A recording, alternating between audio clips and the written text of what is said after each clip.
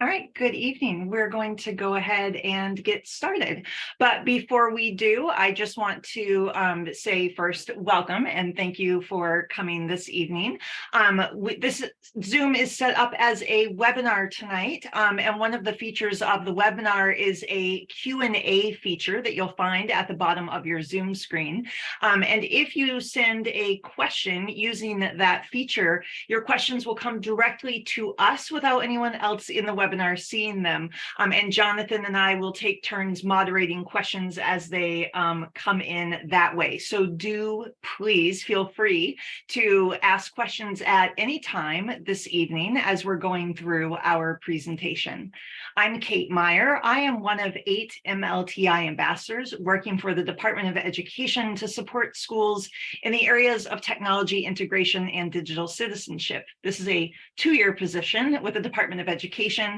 And prior to my role as an ambassador and in the fall, when my role as an ambassador is over, I am an English teacher and a design thinking teacher at Mount Desert Island High School in Bar Harbor. And I'm Jonathan Werner. I'm another of the MLT ambassadors, also in my 2nd year, and I'll return to Cape Elizabeth Middle School, where I'm the technology integrator. We really appreciate all of you joining us this evening, and we want to start off with just an explanation of where you might find today's materials. Right down here, you can see it says bit.ly LTTOD, left to their own devices, parent, but links are case sensitive. So you just need to type it exactly like that, or you can scan this QR code to grab the slides as well. And you'll see that the first 10 or 12 slides look like this postcard, and we'll talk at the end about how we use these postcards. But if we're doing this presentation live, we would have these scrolling in front of you. But since we started right at 7 o'clock, we included them for you to take a look at if you'd like. And this is the last one. It's from Kevin Honeycutt, and one I really like as it sort of summarizes beautifully what we'll be talking about tonight. Our kids are growing up on a digital playground, and no one is on recess duty. To get us started, Kevin Honeycutt is a mentor for me. He's a wonderful advocate for thoughtfully using tech in education. And I wanted to start with him this evening, though, because I love his attitude about presenting. He begins all of his excellent talks with something he calls SIDKY, or something I didn't know yesterday. Kevin's intent in doing this is to remind audiences that he is an expert, but not the expert on whatever issue he's discussing. In his book and his podcast, Your Digital Dad, Kevin emphasizes that he's always learning more and is sharing what he learns, while also acknowledging those areas where he's not yet comfortable speaking with authority. To that end, Kate and I wanted to begin with a similar reminder for you all. We know quite a bit about this subject, and we've done a lot of work in this area, but we are not the authorities. And especially if something we say triggers your spidey senses, absolutely follow your gut. We may know digital citizenship, but you're the experts on your own kids. One of the things that we thought about as we talked about this is really the way in which the industry is set up to deal with technology. And we'll talk more about that in a bit. But this particular image I found kind of hilarious and works as a nice pairing with this, which is the Council for Responsible Social Media. And the Council for the Council for Responsible Social Media was founded by Frances Haugen, the Facebook whistleblower, who riveted Congress and the public with her honest descriptions of the alarming decisions that impact our kids, ones which are regularly made within Facebook's corporate structure. I also knew that since testifying, Haugen has been instrumental in launching Issue One's newest project, the Council for Responsible Social Media. And in that, she has pulled together this really impressive group of people who are her advisors. And one of those is Joel Burville.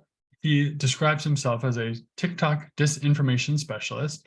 He's a member of the White House Healthcare Leaders in Social Media Roundtable and a TikTok voice for change. And Dr. Burville, to me, was really impressive because he's made it his business to fight the spread of medical disinformation, especially as it pertains to people of color. He's brilliantly using the power of social media to reach young people across the country, and his nearly 637,000 TikTok followers and over 18.8 million TikTok likes are proof of the good that can emerge when digital citizens take that next step and become digital leaders. Here are a couple of examples of the kinds of posts you might find in his feed. In that first one, you see he gives you sort of information about how surprised he is with the reach of his social media posts and how remarkable it is that he's able to reach as many people and change as many lives as he can. But he also is really smart about using the technology in a way that appeals to the people that are watching. So as this example shows,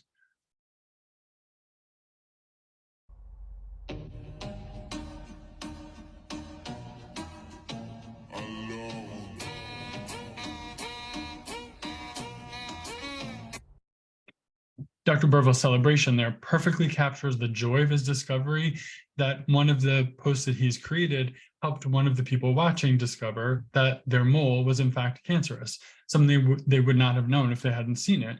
And so his social media posts are quite literally saving lives. Dr. Burville's use of tech to pursue his mission is precisely the kind of digital leadership we're going to talk more about this evening. And the attention Dr. Burville's work has garnered is a great reminder of just how much our kids and Generation Z as a whole stands to gain if we help them better understand both the responsibilities they have and the power they have when they use tech to make a difference. As Kate and I continue to address questions about kids and tech use, we find ourselves returning to several core beliefs that govern all the work we do, especially when that work pertains to how kids interact with social media. First, the support we offer kids for navigating their online lives must be grounded in empathy and must stay focused on helping kids utilize technology in more effective and mindful ways. For us, that empathetic focus is closely paired with the idea of empowerment. That is, not trying to control our kids, which we know is impossible, but instead working to give them a sense of authentic agency. Within those two larger themes, we hope to eliminate the temptation of othering our kids, of thinking of them as different from us, when we know that our work is in fact a shared mission about a shared experience. In that same vein, the work of digital citizenship and digital leadership cannot be exclusively teacher or school-led. As we'll discuss, we need the support of every adult our kids interact with, of all the players whose decisions impact kids' lives, to make this that shared responsibility if we're going to be effective change makers. We also feel that any model that addresses missteps or unacceptable behaviors in the realm of tech use or tech misuse must employ a supportive and not a punitive model. In addition, we want to think about this as a community approach, one that really reaches out not just from school, but into families, into community organizations, into community institutions, so that it's something that kids are hearing from every angle and not just a message that ends when the bell rings. And finally, we think it's critical to reframe our thinking about our role as adults in our kids' lives to move away from the misnomer of being just experts and towards the concept of being co-learners who explore alongside our kids. So, how do we see those core beliefs translating into the work we have to do ahead of us this evening?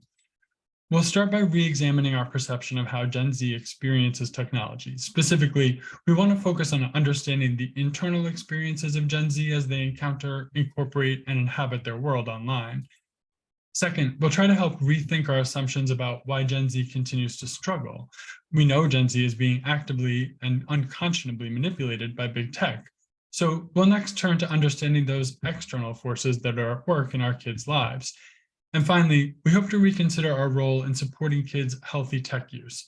It is tempting to emphasize the digital no's and the digital don'ts, the dangers of tech, of overuse and misuse, but we think the alternative, an emphasis on digital leadership and on the digital do's, offers the most promising path forward as we navigate this uncharted and constantly shifting landscape for our kids. As Jonathan and I were planning this presentation, we kept coming back to the idea that our kids and we ourselves are stuck in the technology wilderness. As we talked more about it, we realized that this metaphor can really help us understand not only the digital landscape that they face, but also how we might help guide them through it and the role that the whole community plays in this adventure. So let's begin today with our hikers, Generation Z. But before we dive right into Generation Z, let's pause for a minute to remind ourselves that the us versus them struggle is an age-old trope. We need to shift our paradigm of shaming younger generations to actually empathizing with them. We can't impose our lens on their world. We have to look through a different lens. It's important to understand our place and time and how both of these things impact how we exist in the world. Generations are one way to group age cohorts. The term generation typically refers to groups of people born over a 15 to 25-year span. According to Pew Research, an individual's age is one of the most common predictors of differences in attitudes and behaviors. So age cohorts give researchers a tool to analyze changes in views over time. They can provide a way to understand how different formative experiences interact to shape people's views of the world. Generation Z, also known as iGen, the post-millennials, or even the Zoomers, is the youngest, most ethnically diverse, and largest generation in American history, comprising 27% of the US population. Pew Research recently defined Gen Z as anyone born after 1996. Members of Generation Z have little or no memory of the world as it existed before smartphones. They are growing up with technology, the internet, and social media, which sometimes causes them to be stereotyped as tech-addicted and antisocial. The average Gen Z member got their first smartphone just before their 12th birthday. They communicate primarily through social media and text, and they spend as much time on their phones as older generations do watching television. Our newest generational cohort, Generation Alpha, is everyone born in or after 2013. They're about to join us in this technology-infused world. So it's fitting that this cohort's first defining moment is actually the launch of the iPad. Tech-savvy Gen Alpha will experience a digital social world. As electronic devices become common toys for children, they are an increasingly important part of the way that they're going to socialize. Connected by apps and games, friendships in Generation Alpha won't be limited to the playground. Of course, these changes introduce challenges for the parents of alphas. Growing up with technology prepares kids for the digital opportunities of the future, but parents also need to know and understand how to manage the risks. Cyberbullying, for example, now represents a quarter of all reports of bullying in schools. So the online world must be managed carefully. Even though I'm old enough to be a parent of a member of Gen Z, I find myself able to relate to their connection to technology. I'm part of this little micro generation between Gen X and the millennials, usually called the Zennial generation, but I happen to prefer the Oregon Trail generation. The internet became a household phenomenon when we were in our early teens. So it was really the perfect age to be able to dig into technology and really explore it and understand it because we weren't burdened with careers or families. We had the time to adopt digital technology in a way that no other generation had the luxury of experiencing. And we existed in two worlds, an analog childhood and an increasingly digital young adulthood. Because of this, while I love digital technology and all we can do with it and all it can do for us, I also very clearly remember what it was like to be 15 and handed unfettered internet access to the internet.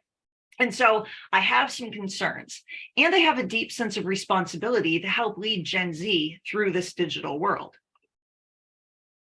Unlike my generation, who had time to explore the newly emerging digital world, Gen Z is born into a world replete with digital technology. Pew Research notes that they are on the leading edge of entertainment media use. That's what we call social media, which is mainly how they engage with digital tools. However, unlike my generation, they view their world as existing in a space where they move seamlessly between the physical world and the digital world. So some adults might view these two spaces as real and fake. Gen Z actually sees them not only as equal, but as indistinct from one another. Let's pause for a second and think about the implications that this has for Gen Z. They see these worlds not only as equal, but as indistinct from one another. And they're not just on TikTok doing silly dances. The New York Times recently reported that Gen Z users have begun replacing Google searches with TikTok as their primary search engine, which is a serious issue, as at least 1 in 5 search results on TikTok results in sources that contain misinformation. And they're not the only ones who have relied on misinformation. In 2001, Mark Prinsky wrote an article that was titled Digital Natives, Digital Immigrants. And it was published at exactly the same time that my school was moving to one-to-one laptops. In fact, some of you might have been those students in our classrooms. Teachers grasped onto this theory of digital natives about our learners as new tech was being introduced into our classrooms. So it really gave us comfort to just know that our kids were naturally digital natives. We were presented with the idea of, rather than simply being a new generation of learners in front of us, that these students were considered a whole new mysterious species who were just natural users of technology, who felt really comfortable with it. So they were the natives, and the older generations were the immigrants who simply did not know how to speak the language of technology. And also that they just knew how to use it. So we could just hand them the technology and they'd just be able to pick it up and go. And also that they had brains that were wired differently with just an inclination toward innately understanding how technology works. Well, now, 20 years later, new data has emerged that challenges our assumptions about digital natives. Further study shows that differences in how people engage with digital technology is actually more of a predictor of people being digital natives than simply the generation to which they belong. Digital natives are not a product of generational cohorts, and by saying that they are, we are creating a false divide. Adults and young people can speak the same language of technology and develop the same skills. So we should not lean on this misleading definition of the digital native. Doing so, just as we did in 2001, virtually guarantees that Gen Z is left without any support when it comes to navigating the risks of the internet and digital technology. And really, if digital natives were real, we wouldn't be having this conversation because they'd be fine. They'd naturally just understand how to see scams and bad actors. They would know how to stop cyberbullies and how to use digital tools to advance issues that are important to them. While our kids inhabit a digital world, they're maybe not as natural at navigating it as we were first led to believe. We need not look too far to discover the negative impacts of Gen Z's social media use. The Center for Generational Kinetics conducted a study that gives us these statistics. Gen Z reports that there is a detrimental connection between their social media use and their mental health. From their personal happiness to their self-esteem, it's all under fire. So we really feel like it is our responsibility to join together and empower them while they develop their skills in order to be able to navigate this digital world that they live in with a sense of confidence and empowerment. And as our collective attention is about to turn to the experiences of Generation Alpha, that newly emerging generational cohort, we suspect that these trends will only become more important to study further. And studying the generation ahead of them is the best way to predict trends that Gen Alpha will likely face as they begin to join us online. As Jonathan and I continued to talk about this, we increasingly came to see the digital world that Gen Z inhabits as this digital wilderness. This is where teenagers who are between 13 and 18 years old spend 9 hours consuming entertainment media, and where tweens who are between the ages of 8 and 12 spend an average of 6 hours a day. And that is not including time spent using media for school or homework. This is up 17% since the start of the pandemic. That's more time online in the digital wilderness than spent with parents, teachers, and other adults. And that is with access to the world's information. Our kids are going to have to navigate this wilderness in real time as it expands around them, which means that they will be left to their own devices at some point to make decisions around their use of technology. We cannot justify leaving them in this digital wilderness where their devices are controlling them, leading to both a lack of agency and disempowerment. Abandonment in the digital wilderness is not an acceptable approach. Really, the worst thing that we can all be doing is nothing.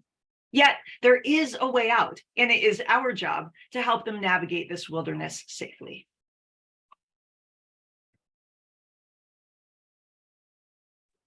Jonathan would be the first to say that no amount of analysis of data or even boundless empathy for teens' experiences can replace hearing directly from Gen Z about what it is like for them to be left to fend for themselves. So as you watch this short video and hear about the wilderness directly from the hikers, we'd like you to think about how these stories resonate with you in terms of their ability to capture the experiences of your own children, yourself, and your peers. You might also note that She Knows, the organization that created this video, has worked for several years with these participants. And so we will get to see flashbacks and present day interviews as they've grown up in the digital wilderness. Do you feel addicted to technology? Yeah. I could stop if I wanted to, but I don't want to.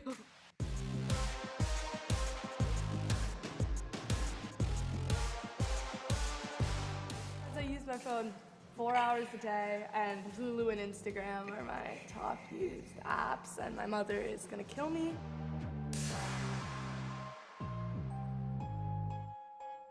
This week was 5 hours. I use my phone for 6 hours a day. On an average per day on like a weekend, I'd spend 2 hours on my iPad and 3 hours on VR. I play video games, I watch YouTube. Weekly total is 45 hours and 26 minutes. 44 hours and 3 minutes. 52 hours and 20 minutes. And my most used apps are TikTok and YouTube. How long on TikTok? 16 hours and 20 minutes, and on YouTube 6 hours and 30 minutes. It's so addictive. I would say I'm very addicted to VR. I mean, it's a very addicting thing. I talk about it like 24/7.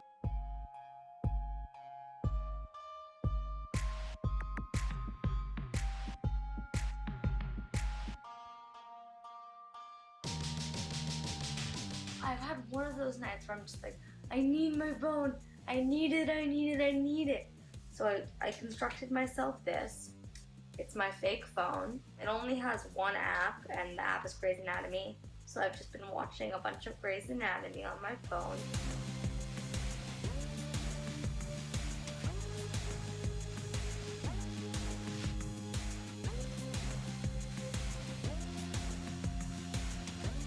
I needed my phone to make me feel better just for a minute.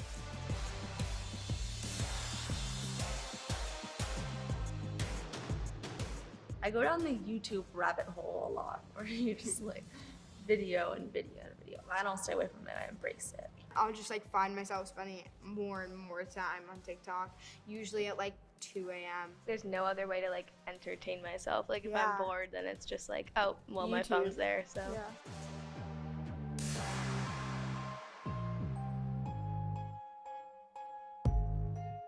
I just wouldn't be able to talk to anyone if I didn't have Snapchat. I'd feel completely isolated. What people put on their Instagrams isn't like their everyday life. It's like the highlights of their lives. It's the sort of best parts.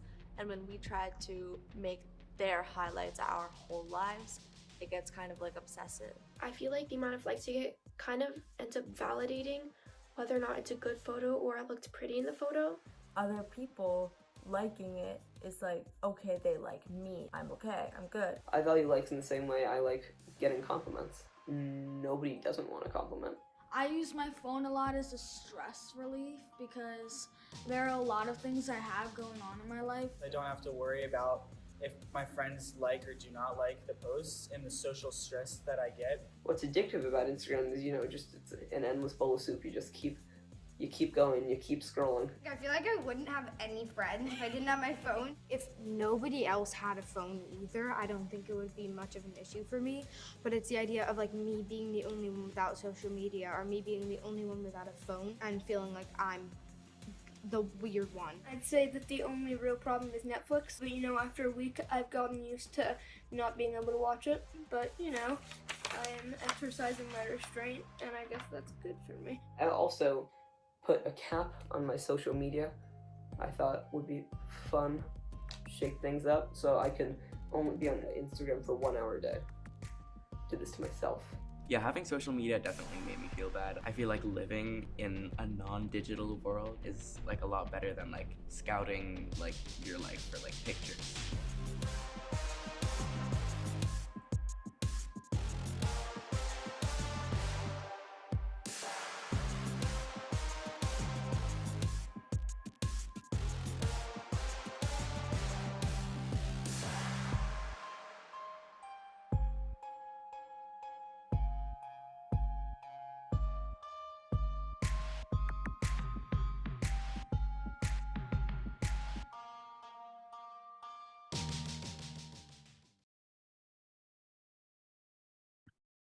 As high as some of those numbers may have seemed, remember that the 45, 50, even 55 hours of weekly usage those kids just self-reported happened prior to the 17% post-COVID spike that Kate alluded to earlier. That is a lot of time spent on screens. But as we said, we want to start today by looking at that internal experience for Gen Z and help us think about how they feel. But we also want to help our kids identify and name some of the external forces that are at work and begin to better understand the why behind the experiences we all have with technology. Too often, we overlook or just miss that the interactions we have with our devices are actually meticulously crafted experiences engineered by profit-driven equations. As Tristan Harris, a former Google employee who went on to found the Center for Humane Technology, reminds us, every time we interact with a device, we're engaging in a battle with a room full of people somewhere who are pulling out all the stops to keep us focused on them and on their product. Every major app and digital product company has one or more of these teams in one or more of these rooms, and each is tasked with the same thing: crafting the most minute details of the digital wilderness that permeates Gen Z's lives. These teams, they're not really trail crews, they're trail grus. Grus and perhaps their minions, who are working in digital sub-basements to develop a landscape that is anything but organically evolved. This is a wilderness of their design, one where every tree and leaf is strategically placed in front of a consumer by big business, a wilderness in which every second of attention paid to our devices translates into dollars paid to the companies. And at the granular level of a single individual on a specific day at a particular hour, algorithms and code are conspiring to place the perfect traps in front of each user. Unfortunately, we, and even more so our kids, mistake these traps for safe, well-marked paths, and we happily plunge into the trees. Wrongly assuming a friendly trail crew has paved the way, we fail to realize that the signs and blazes all point one way, toward the bottom line. Adam Alter, author of Irresistible: The Rise of Addictive Technology and the Business of Keeping Us Hooked, describes big tech's manipulation as a kind of weaponization of apps and games. As he explains it, the designers run thousands of tests with millions of users to learn which tweaks work and which ones don't, which background colors, fonts, and audio tones maximize engagement and minimize frustration. As an experience evolves, it becomes an irresistible, even weaponized version of the experience it once was. In case what I'm describing sounds like hyperbole, we want to share a few specific examples that we hope illustrate this point and which may make for good conversation topics as you continue these conversations with your own children. First, we have physiological manipulation. Here's an image shared online by a young man who has just won Fortnite, what the game calls Victory Royale. Now, take a look at his heart rate, 167 beats per minute now, and 174 beats per minute just 1 minute ago. And that's while this young man is sitting still. I do not encourage you to try this at home, but I thought I'd see what it looks like on my treadmill to get to 174 beats per minute. Let's just say it's not pretty. The room full of manipulators at Fortnite headquarters has so perfected their algorithm that they can replicate my near-death experience exercising by simply writing code that elicits the same response for this gamer. He's sharing the photo because he thinks it's funny and cool, but step back for a moment and look at what's happening, and I think you'll agree it's pretty terrifying. Let's take a look for a moment too at the manipulation that occurs through gamification of social media. Like millions of his peers, this young woman is sharing the exciting news that her ceiling fan is still spinning. I've seen snaps of socks, lamps, pillows, carpet, each of them more riveting than the last. And why snap those at all? Well, if you've talked to any Snapchat user, you'll know the answer: streaks. And to keep these streaks, kids are all too frequently abandoning their better judgment. They hand their devices and passwords over to friends only to discover that those decisions could have some very negative consequences. And social media's gamification, especially that use of streaks and likes, plays on the exact same human tendency that keeps gamblers pulling the arm of a slot machine, a phenomenon that's called intermittent variable rewards. Did you know that Facebook began without likes or reactions of any kind? But those rooms full of people vying for our attention, they realized that gamifying apps would increase usership, drastically increase usership, and the length of user engagement. So Instagram and TikTok, and as shown here, Snapchat quickly followed. But as I said, the dopamine hits from intermittent variable rewards and from gamified social media in general leave our kids without access to their better judgment. They abandon their common sense because big tech has rewarded their lizard brains for doing so, for valuing the streaks and the likes over their privacy, their homework over their sleep, and all too often, as Kate noted, over their mental health. And despite the fact that the news is filled with stories from whistleblowers like Frances Haugen and how she told us what was happening inside Facebook, we nonetheless forget in the moment how we're being manipulated. Let's look at one specific example, and one that you and your kids may find particularly engaging to discuss. The publicly stated mission of TikTok is to inspire creativity and bring joy. And to that, Kate and I say, baloney. TikTok's internal memo from 2021 overtly stated that the mission of the company is to increase DAU, or daily active users. The leaked memo went on to provide details about the app's algorithm, which is shown here, a carefully crafted equation that so perfectly crafts the feed for each individual subscriber that, as many users have confessed, I'm pretty sure the TikTok algorithm knows me better than I know myself. And as Kate said, with Gen Z increasingly using TikTok as their search engine, i.e. they say, I'm going to go TikTok that, as we would say Google that, we need to be arming our kids with some pretty healthy skepticism about the answers that emerge as they conduct profit-driven searches for content that is itself crafted to make a profit. It's not any surprise if we think about it in the abstract that big tech is driven by its bottom line, but particularly for Gen Z, it's easy to lose track of this fact in the moments when we're in the thrall of big tech. Fortunately, the naked greed of this corporate agenda has given rise to some pretty powerful watchdogs, people who are mindful of the stakes and who aren't willing to let kids be targeted. And these good guys are the ones we have to thank for the concept of digital citizenship. Of the many watchdogs Kate and I have researched and reviewed, we're particularly inspired by the work of George Couros and his definition of digital citizenship. While there are a number of competing definitions of the term, Couros describes it as using the internet and social media in a responsible and ethical way. What we found particularly appealing about Couros' definition was how it dovetailed with his description of digital leadership. Digital leadership, he says, is using the internet and social media to improve the lives, well-being, and circumstances of others. To quote Couros, this two-pronged approach shifts our focus from the negative connotations around technology to shining a light on how it can empower kids to be digital leaders. Or to put it another way, pairing digital citizenship with digital leadership allows us to move away from focusing on just the digital don'ts and instead emphasizing the digital do's. Moreover, Couros suggests that this journey towards leadership from citizenship has a readily identified and highly effective starting point.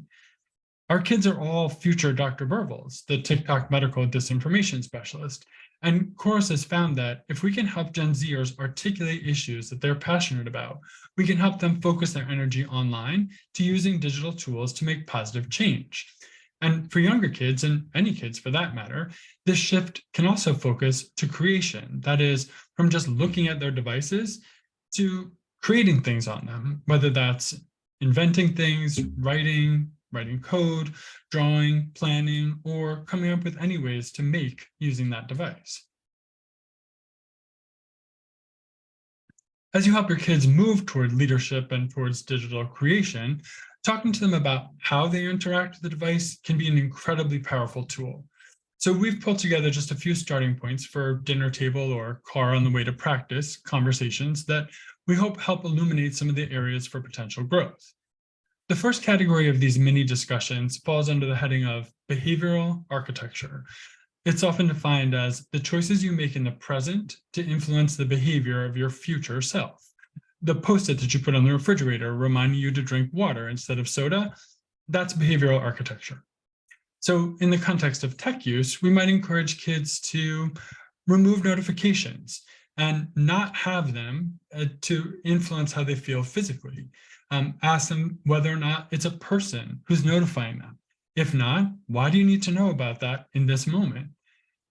Have your kids and each other really think about not allowing notifications when they first install an app. Or talk about how drastically things might change if they were to charge phones downstairs, or if everyone in the family charged phones downstairs and used old-fashioned or digital alarm clocks.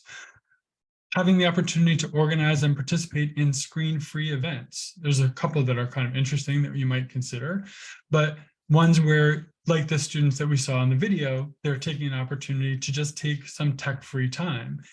There's an organization that supports Screen-Free Saturdays. There's Screen-Free Week, which was the first week of May, but you can have anytime you'd like. And a wonderful book called The Tech Sabbath, or 24/6, about a family that decides to take every Friday night through Saturday night as a tech-free opportunity, and how it totally transforms the family. Think together about what times and places might be screen-free and come up with ways that you can all participate in it. But whatever you do, most importantly, create rules that you can all agree to. That kind of consistency of behavior is really where you're going to see transformative effect. The second category involves interrogating the features built into the phones and devices. And I put features in quotation marks because things like the typing awareness indicator are not there to tell you someone else is typing. They're there to keep you looking at your device until they type, during which time you get a notification and then you keep looking at your phone. Look at which apps get rid of the clock.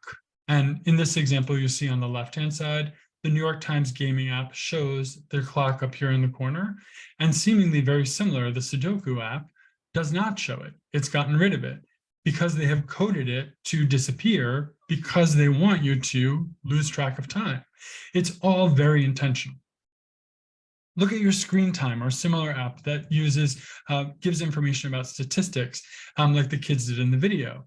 But talk about the origin of screen time. It has nothing to do with the tech industry doing something out of the kindness of their heart. There was a huge group of investors who took out a full-page ad in an open letter to Apple that demanded a way to help manage screen time for kids. Similarly, we now see some huge lawsuits being brought by school districts to try to raise the awareness of the industry and of consumers that this is not something they're going to accept. And that kind of movement is really where we'll see something change, but only if people are asking these kinds of questions. Maybe as simply put as is the feature humane or addictive? Is it there to support you and make your life better? Or is it there to just keep you looking at the screen? And if you use that dichotomy to talk to kids, it can be really helpful just to focus yourself and them on which things are there for their benefit and which are really there to benefit the company. Finally, an area of conversation that we've both found really helpful is a mindfulness practice. Erica Marcus has written this fantastic book, Attention Hijacked, and I teach with her at Cable Elizabeth Middle School, so I'm shamelessly plugging the book, but it's one of many resources. If you simply Google tech use and mindfulness, just looking at ways in which you become more aware of how your body feels, how it seems to you when you're experiencing technology, what's happening in your shoulders and your breath and your mind, those kinds of conversations really can raise your awareness and raise the opportunity to have the conversations about how it's making you feel. But whatever focus you have and whatever you talk about with your kids, remind yourself that if you just take that opportunity to pause, and if you talk about the device instead of just using the device, the more your awareness and their awareness is going to become a kind of automatic response. And their use of the device and yours becomes more thoughtful and intentional, and then hopefully creative and positive. The subject of these conversations is not the point. As with any effort to change behavior, the more places and more times and contexts where kids are having these conversations, the more they're going to stick. So if we are right that supporting digital leadership is the way forward, we already have one group of skilled people in place to support our kids. Enter your district's educators, the Maine Guides.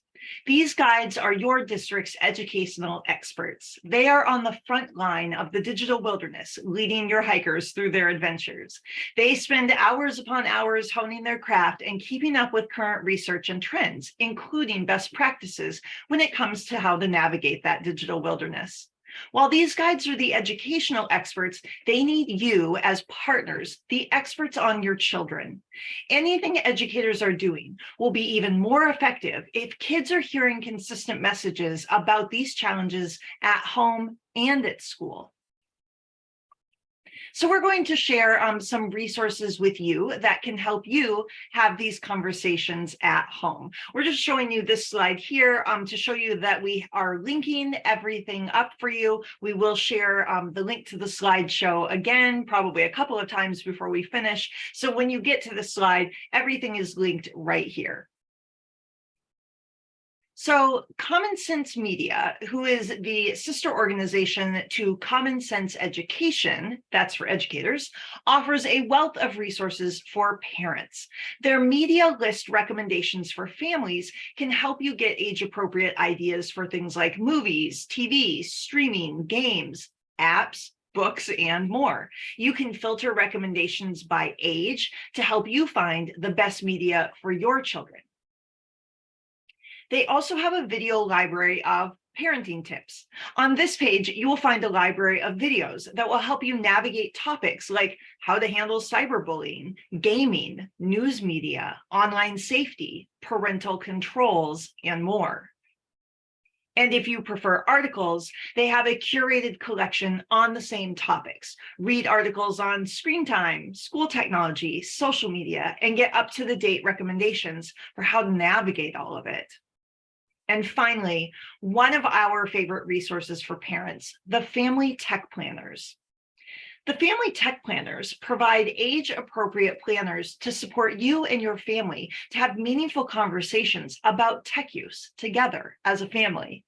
These planners will guide your conversations and provide space for you and your family to make plans together in writing that you all agree to.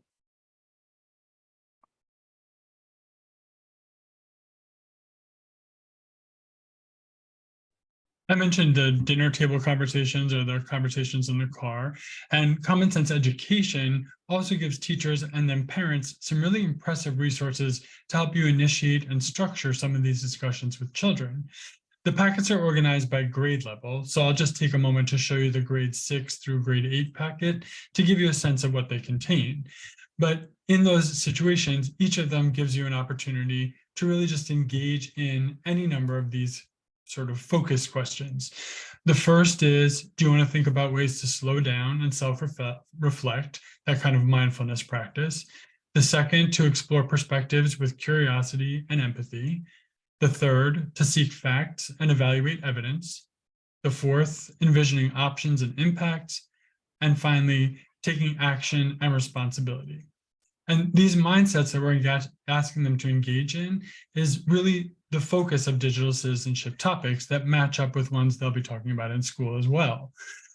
They're also life skills. And as Kate said, since we're talking about kids for whom there's not a big difference between how they experience things online and how they experience them in person, and in fact, if there is no distinction between those, then these concepts are just really leadership concepts, citizenship concepts, and awareness.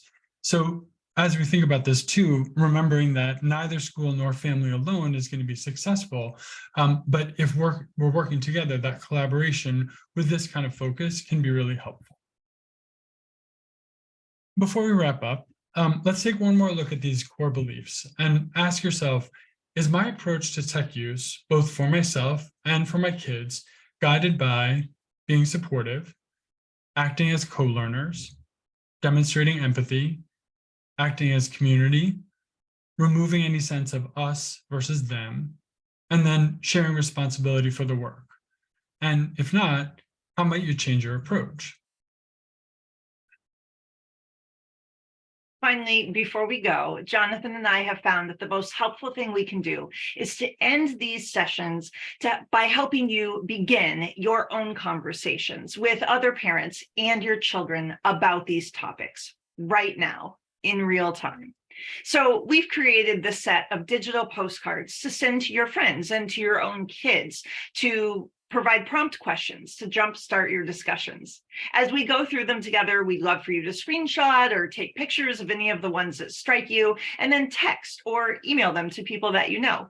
You're also, of course, welcome to post them on social media. Our hope is that you'll use them as a way to open up dialogue and remind yourself of some of the key points that we've discussed this evening. In our experience, this final activity becomes a way to make sure that these conversations don't end tonight, but actually begin. So we'll pause for a moment while you pull out your phones to snap pictures of your screen, or feel free to use the QR code to pull up today's slides and screenshot them instead if you would prefer.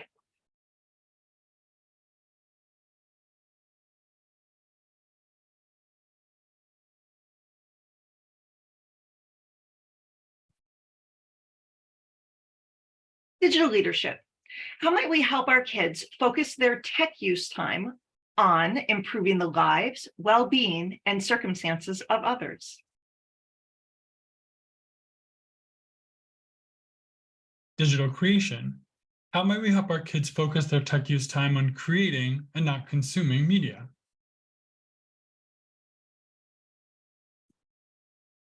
Behavioral architecture. How might we create digital and analog reminders to redirect our behavior?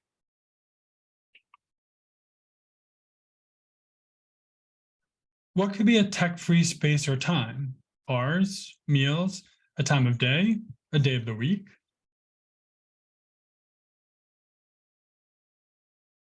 Support. Who could we reach out to for support as we begin focusing on digital leadership?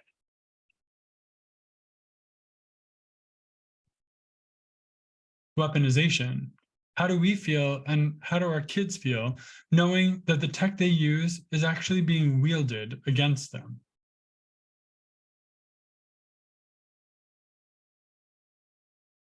Tech and mental health. How might we help our kids learn about tech's impact on their mental health?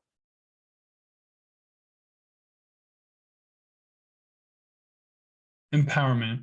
How might we encourage our kids to take the lead in a campaign for healthy tech use?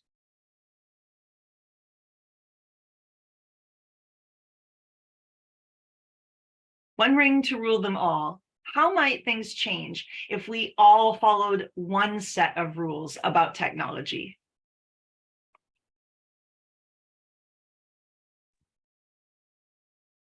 And step one, what's the first thing we could or should do to get these conversations started with our kids?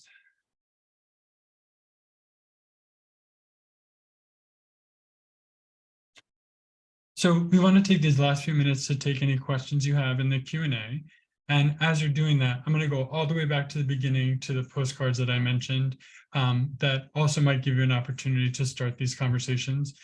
These original ones are ones that are quotes from people that Kate and I used as part of our research, and we really thought were inspiring and sort of thought-provoking. So if you prefer, they may be ones that you'd rather share.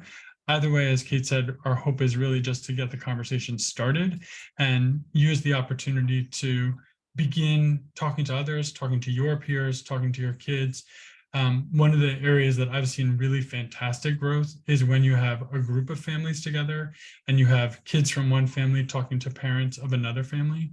We did that in CAPE and it was incredibly valuable because the pressure is off. You're not talking about your relationship with tech with your own kid, and there's no fire. There's no, urgent 911 call happening. And so people feel much more comfortable having those conversations in a lower stress situation and with other people's kids. So another possibility.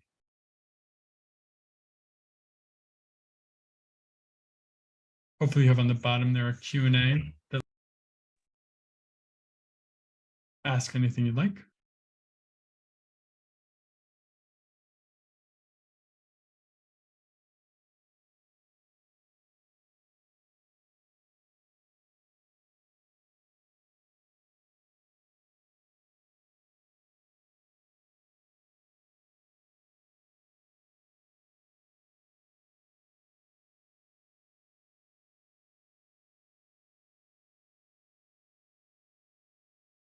Okay.